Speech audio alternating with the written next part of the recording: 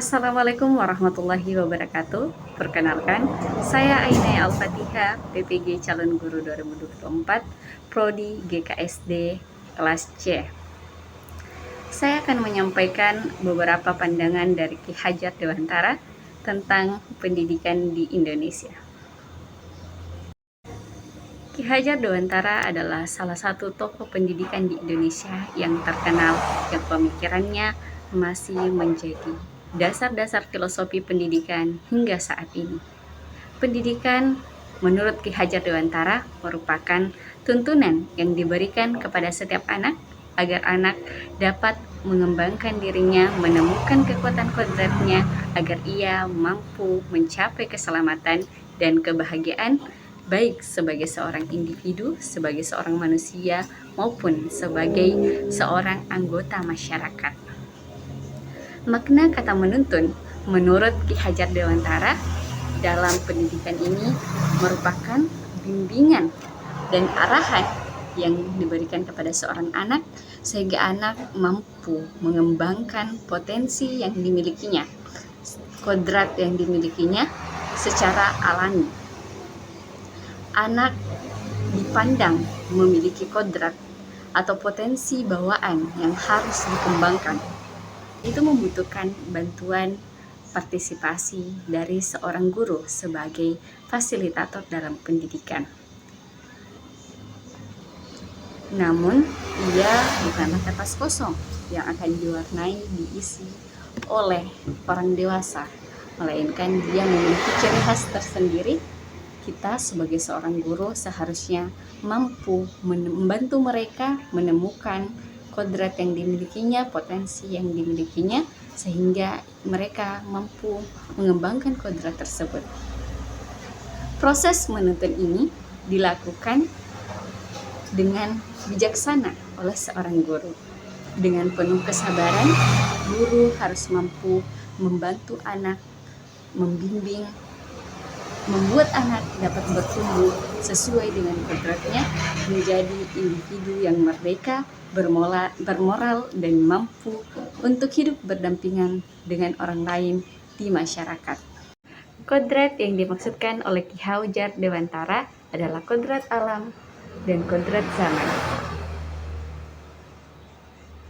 Kodrat alam berkaitan dengan sifat dan bentuk lingkungan di mana anak tumbuh dan berkembang. Sedangkan kodrat zaman berkaitan dengan isi dan irama. Berdasarkan kodrat alam, pendidikan saat ini menekankan pada kemampuan anak untuk memiliki keterampilan abad 21. Seorang anak harus dididik sesuai dengan zamannya. Ia tidak boleh dibelenggu oleh sistem pendidikan, apalagi dibelenggu oleh sistem mengikuti bimbingan berdasarkan zaman yang telah dialami oleh seorang guru. Ia sekali lagi harus dibimbing berdasarkan zaman di mana ia tumbuh. Kodrat alam berkaitan dengan penggunaan alam tempat anak tumbuh dan berkembang.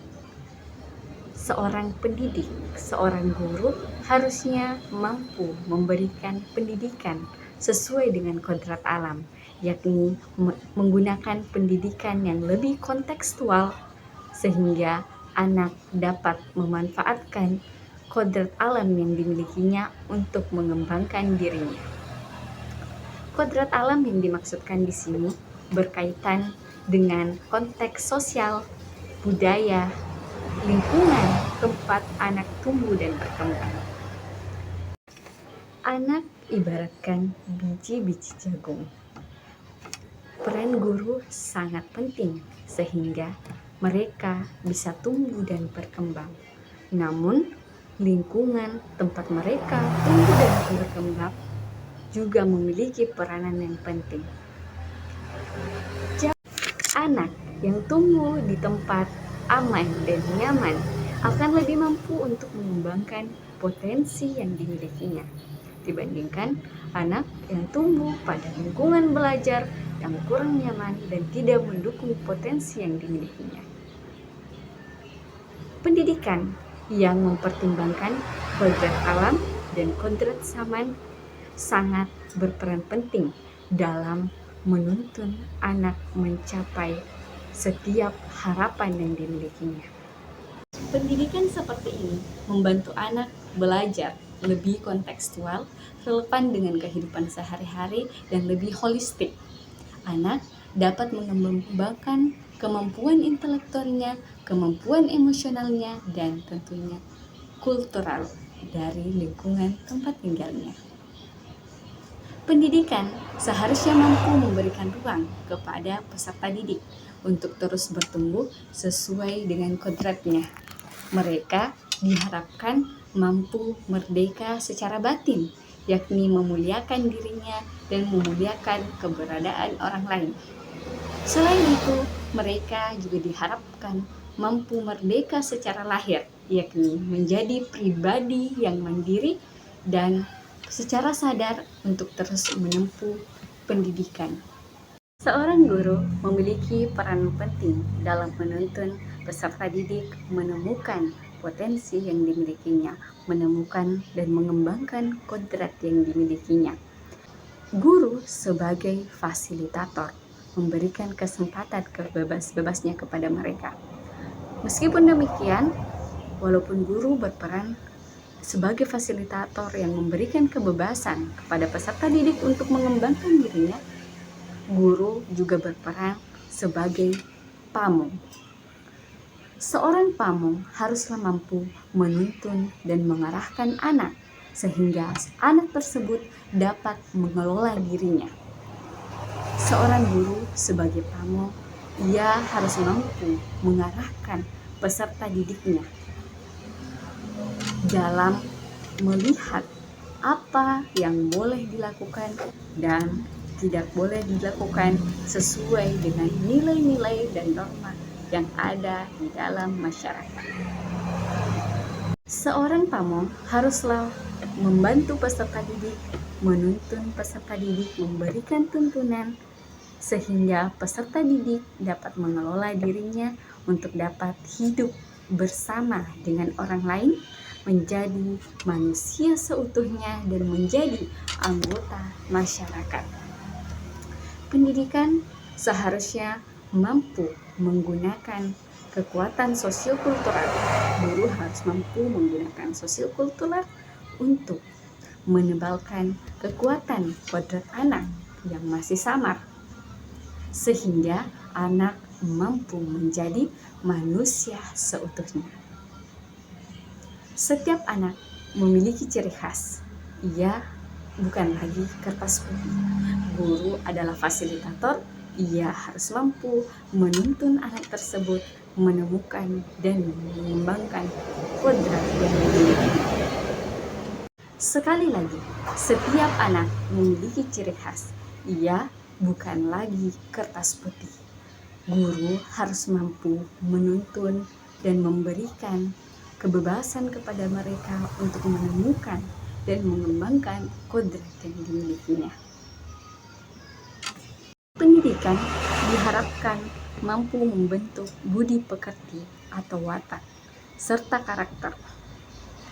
Menurut Ki Hajar Dewantara, budi pekerti atau watak serta karakter merupakan perpaduan antara gerak pikiran, perasaan, serta kehendak atau kemauan sehingga dapat menimbulkan tenaga. Budi pekerti juga diartikan sebagai perpaduan antara cipta atau kognitif, karsa atau afektif sehingga menciptakan karya atau psikomotorik. Ki Hajar Dewantara juga menjelaskan bahwa sebaiknya pendidikan seorang anak itu dimulai dari rumah. Rumah adalah tempat anak tumbuh dan berkembang. Rumah adalah tempat pertama anak dididik, sehingga diharapkan peran dari orang tua bisa berkolaborasi dengan peran guru di sekolah untuk membantu anak menjadi manusia seutuhnya dan terus mengembangkan potensi yang dimilikinya. Sebagai seorang guru, berikan pendidikan yang mampu memerdekakan peserta didik.